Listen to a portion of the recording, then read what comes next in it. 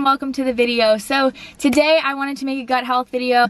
I wanted to make this video actually for kind of a while now, just because when I was learning about gut health, I thought there was so much information out there and I got really overwhelmed. So I wanted to kind of break it down to the simplest parts of it and kind of give you a good idea of what you can do, a basic understanding, and how you can implement these things into your everyday life to feel better overall. So this video is going to kind of be like 3 small parts. The first part, I just want to kind of explain what gut health is. The second part is going to be more about what you can do day to day to make it a little bit easier to get your gut health in check. The third part will be the actual foods that you should be adding in to support your gut on a daily basis. So your gut is responsible for everything: your mood, your mental clarity, how much energy you have, your immune system, your serotonin. All of these different things have to do with your gut health. The majority of your serotonin is produced within your gut or kind of related to your gut. So if you feel like crap all the time and you're unmotivated and unhappy, you may want to implement some gut health things. Bloating, digestive issues, mental fog day to day, constant fatigue, you're always sick. Things like that are going to be telltale signs that there's something wrong within your gut. Your gut house is about 500 million nerve cells and billions and trillions of bacteria. And the way that it varies from person to person is that we all have the same types of bacteria,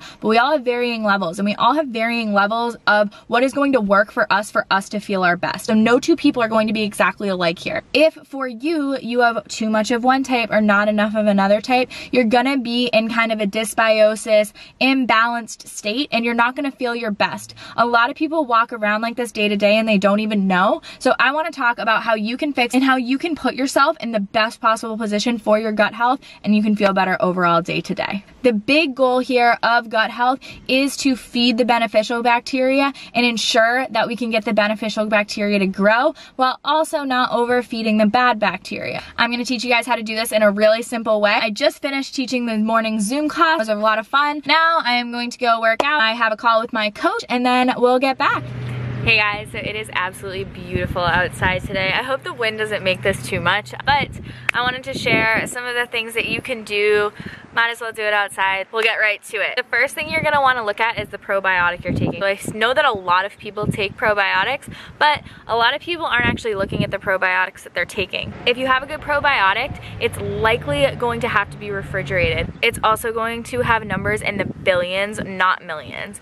If you have to refrigerate it, please make sure you do that. A lot of the other probiotics that you'll see are freeze-dried, and the bioavailability of it, which basically means how much your body can use it, is just not quite as good. This second one is a really big one: staying hydrated. Drinking some room temperature or warm water is so good for your gut. Obviously staying hydrated is so important for so many things, but your gut is definitely included in that list, and it's really, really important to stay hydrated so that your gut can function properly. So earlier we talked about starving the bad bacteria. How do we do that? We just avoid excess sugar. Excess sugar is going to be what your bad bacteria feeds off of. Like you're kind of eating whatever you want, more candy, you know, like 10 p.m. rolls around and you're like eating gummy worms. You're gonna wanna avoid the excess sugar. This is going to kind of let the bad bacteria in your gut thrive more than it really should. Another big one that I see a lot is eating when you're not hungry. And people feel this need that as soon as they wake up or certain meal times or whatever it may be, even if you're not hungry, you sit down to eat, and I don't totally agree with that. The rest and digest stage of your being and existence is so, so important. You need to actually have that time to rest and digest. If you're not hungry, there's probably a reason why you're not hungry, and your body probably just needs a break.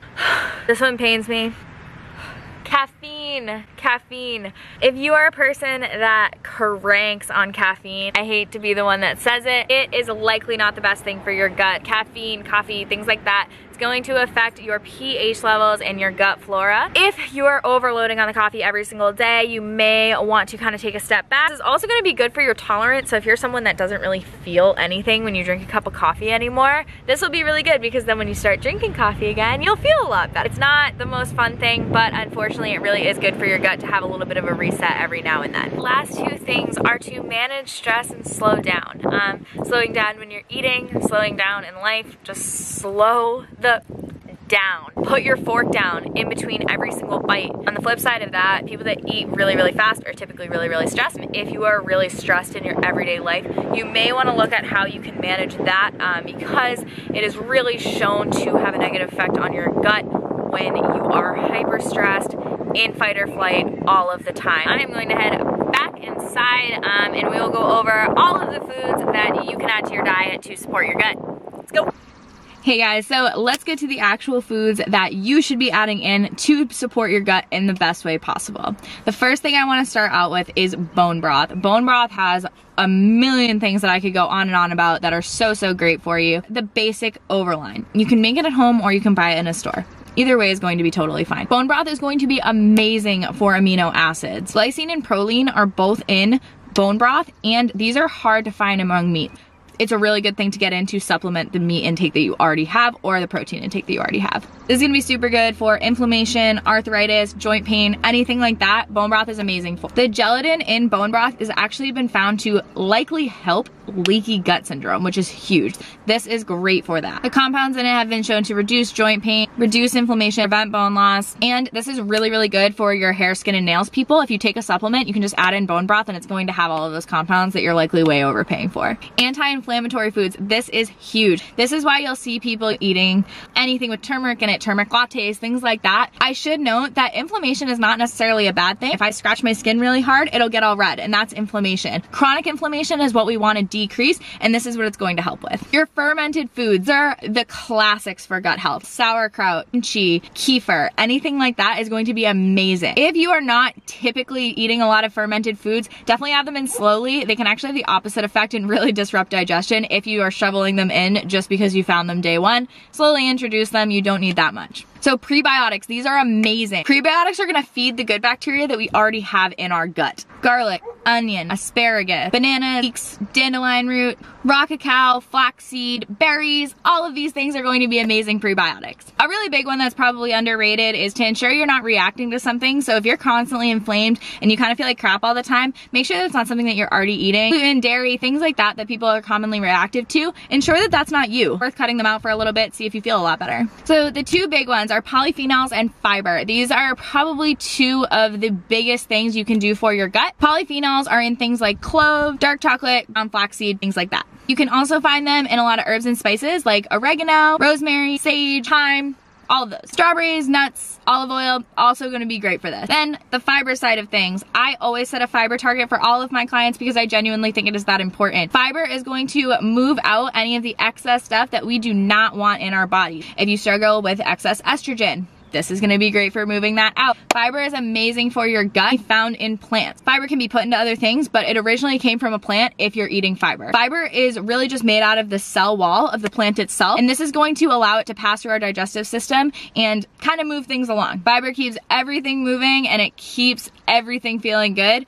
Definitely ensure that you are hitting a minimum of 30 to 40 grams of fiber if you are having a lot of these issues, but introduce it slowly. So those are my basics on gut health. If you have any questions about any of this, please leave them down below. I am more than happy to answer any questions. This is really important, and people can see a massive difference in how they feel in their day-to-day lives by adding these things in. If you are constantly fatigued, you're constantly bloated, you have terrible skin, all of these different things, try implementing some gut health practices and let me know how it goes, because I can guarantee that you will see some form of improvement. Thank you guys for watching and have a wonderful rest of your day. Don't forget to like and subscribe.